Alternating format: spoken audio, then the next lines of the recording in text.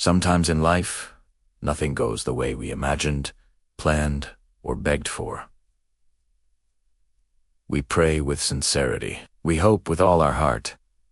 We wait with a patience that slowly begins to ache. But still, nothing seems to shift. In those moments, the world feels quiet, as if no one hears us, not even the one who created us. It becomes easy to feel forgotten, to think our cries just dissolve into empty space. But what if what we call disappointment is only a step in a journey we can see it? What if the delays are actually protections, and the heartbreaks are What if what feels like the end is simply the beginning, just disguised in painful wrapping? There was once a man named Arlin, a merchant known for his cheerful spirit and relentless hard work. While traveling on a grand ship with fellow voyagers, a fierce and merciless storm crashed upon them like a beast from the deep. The ship shuddered against roaring waves until wood splintered, ropes snapped, and the vessel was swallowed whole by the raging sea. Many screamed, but their voices were lost beneath the thunder and water. In the chaos and terror, every soul perished except Arlin.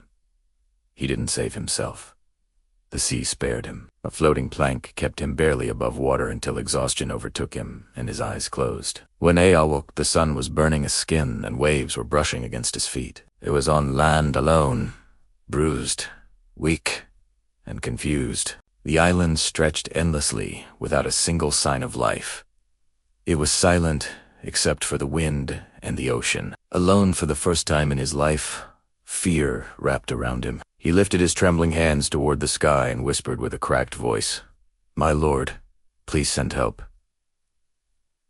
Send someone. Send anything. I am terrified.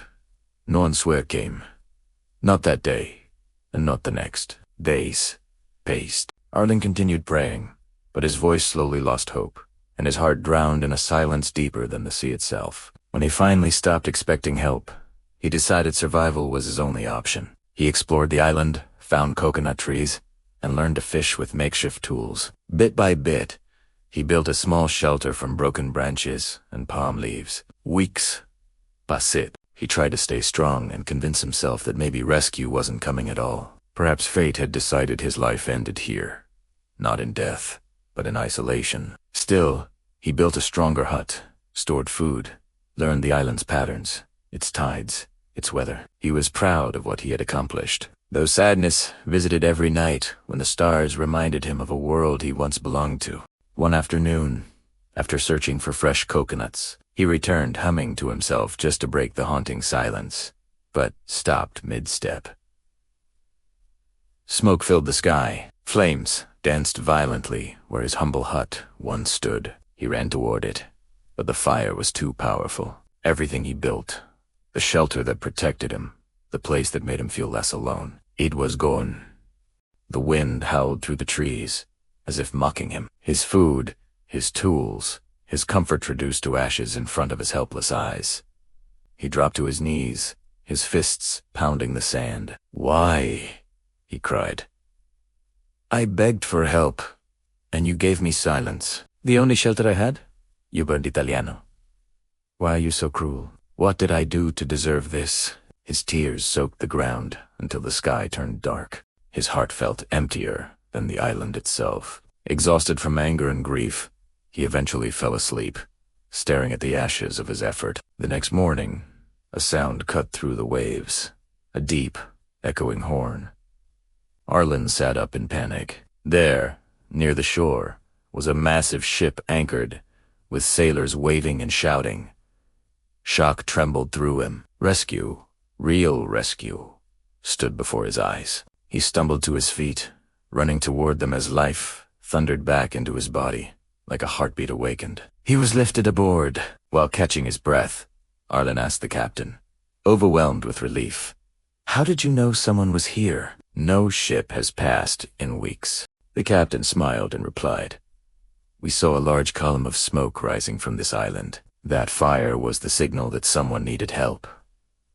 Arlin froze. The ashes flashed back in his mind. The fire that destroyed his shelter was the same fire that saved his life. Everything suddenly made sense.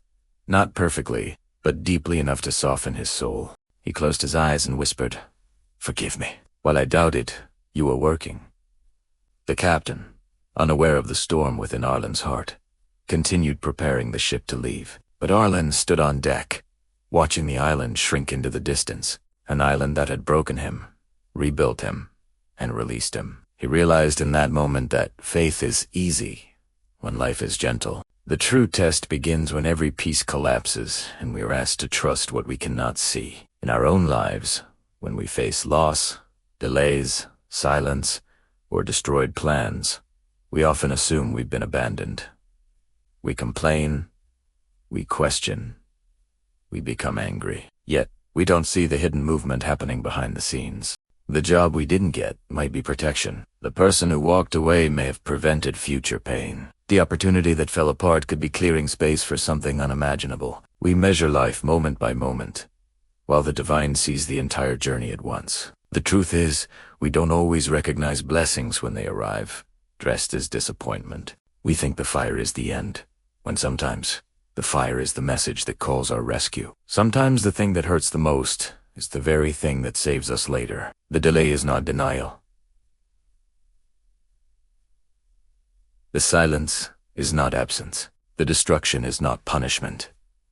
It may be the greatest plan unfolding in disguise. So when your heart breaks, and your plans crumble, and nothing makes sense, hold on. Trust, even when trust feels foolish. Look up, even when your eyes are filled with tears. For when one door closes completely, another one begins to open.